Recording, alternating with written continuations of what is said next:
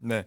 정광재 대변인. 네. 일단은 민주당이 아까 최대 151석 과반 목표라고 했는데 국민의힘은 지금 100석 이하 나올 수 있다. 위기로 나오고 있는데 어느 쪽이 좀 설득력 있는 겁니까? 국민의힘 상황 맞습니까, 지금? 국민의힘 후보들 사이에서 위기감이 굉장히 커지고 있는 것은 사실입니다. 어제 저도 공천자 대회 또 선대위 발족식에 같은 자리에 있었는데 가셨군요. 특히 수도권 여기는 이제 1,000표에서 3,000표 차이로 당락이 좌우되는 경우가 굉장히 많죠. 이게 대략 3%포인트에서 5%포인트 차이로 당선이 될 수도 있고 낙선을 할 수도 있는 상황에 놓여 있는 후보들의 목소리가 굉장히 간절한 것은 사실입니다. 지난 21대 선거에서도 사실 수도권에서 우리가 이렇게 참패할 거라고는 선거 전까지는 예상하지 못했었는데 막상 투표함을 열어보니까 우리가 불과 16석밖에 얻지 못하는 역대급 참패를 경험했습니다. 그런데 아까 얘기한 것처럼 보름 전만 하더라도 우리 정당 지지율이 굉장히 큰 폭으로 올라왔기 때문에 그래도 21대 선거보다는 훨씬 더 좋은 상황에서 선거를 치를 수 있을 것이다 라는 분석들이 많았는데 최근으로 올수록 이 양당 지지세가 결집하고 중도에 있었던 분들이 대략 한 7대3 정도로 민주당을 지지하는 쪽으로 선택을 한 것 같아요. 네. 그러니까 그 과정을 거치면서 우리 정당이 이대로 가면 21대 총선만큼 부진한 성과를 거두는 거 아니냐라는 위기감이 커지고 있고 그것에 대한 목소리를 좀 더 적극적으로 원인의 상당 부분이 대통령실에 있다고 보니까 대통령실에 제기하고 있는 것으로 알고 있습니다. 제가요. 네. 이게 그 서울 수도권은 그러니까 그 각 지역에 공천받은 후보들 각자의 어떤 경쟁력의 차이나 이런 거보다 이 바람의 영향을 굉장히 많이 받아요. 바람이 많이 탄다? 특히 서울만 얘기하면 서울 전체가 하나의 지역구인 것처럼 바람에 따라서 이쪽으로 저쪽으로 굉장히 움직인다는 걸 우리가 그 염두에 둬야 되고요. 선거 해보셨으니까 더 잘 아시겠네요.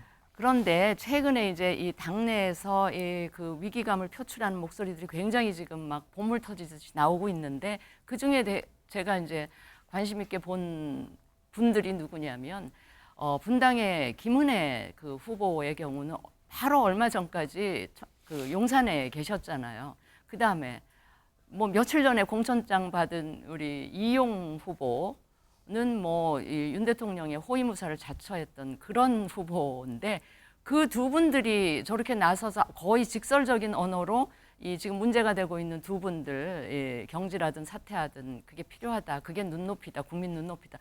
이렇게 얘기하실 정도면 그 위기감이 어느 정도인지 우리가 짐작을 할 수가 있고요.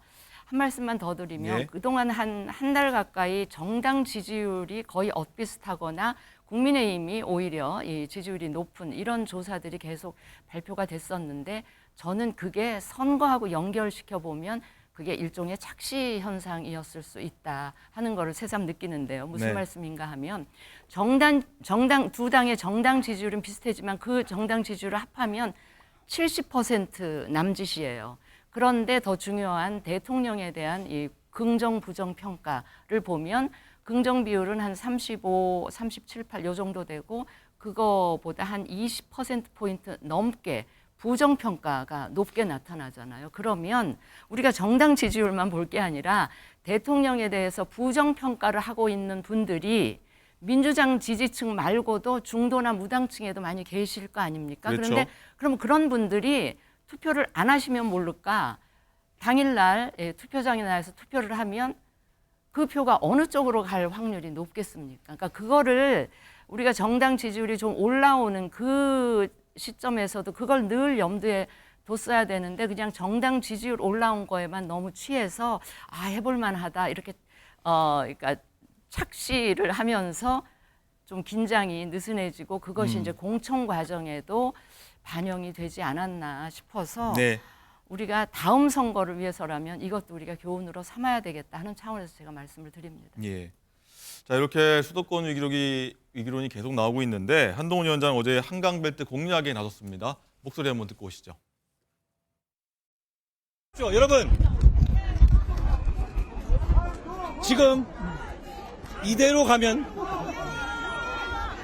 이재명, 조국 같은 사람들 그리고 통진당 아류의 종북 세력들이 우리 대한민국을 장악하게 됩니다.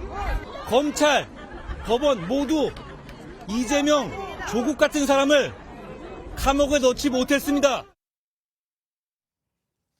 설주환 실장님, 표정에서도 좀 읽힙니다. 뭔가 위기라는 게 저만 느끼는지 모르겠는데 피로감도 있는 것 같고 한 위원장 발언이 굉장히 셌습니다. 어떻게 보셨어요? 아, 급했구나라는 생각이 듭니다. 표정도 굉장히 지난주만 해도 여유가 좀 있었었는데 뭐 보니까 굉장히 급하다는 생각이 좀 들고요. 그 보수 진영에서 이게 선거가 안 풀릴 때 하는 그 레퍼토리가 딱 두 가지가 있습니다. 한 가지가 정북몰이, 한 가지는 이제 큰절하는 거죠. 이제 거기 이제 한 가지만 남았습니다. 곧 뭔가요? 이제 큰절이 나온 거죠. 이제 남은 거 이제 큰절만 남았는데 글쎄요. 지금 정북몰이를 통해서 어떤 색깔론을 제기하겠다는 것이 저는 올바른 선거 어떤 방법이라고 생각하진 않아요.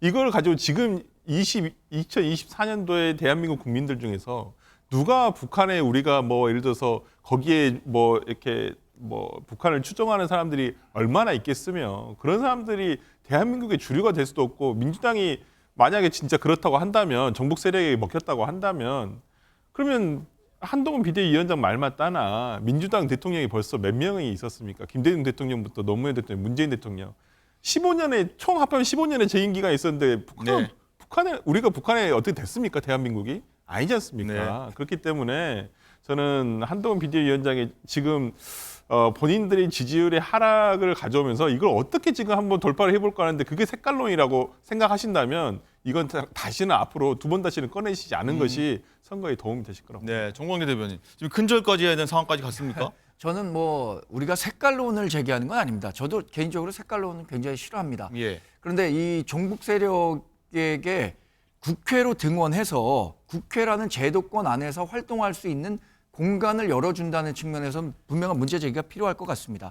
그러니까 우리가 민주당이 종북 세력이라고 보지는 않습니다. 저도.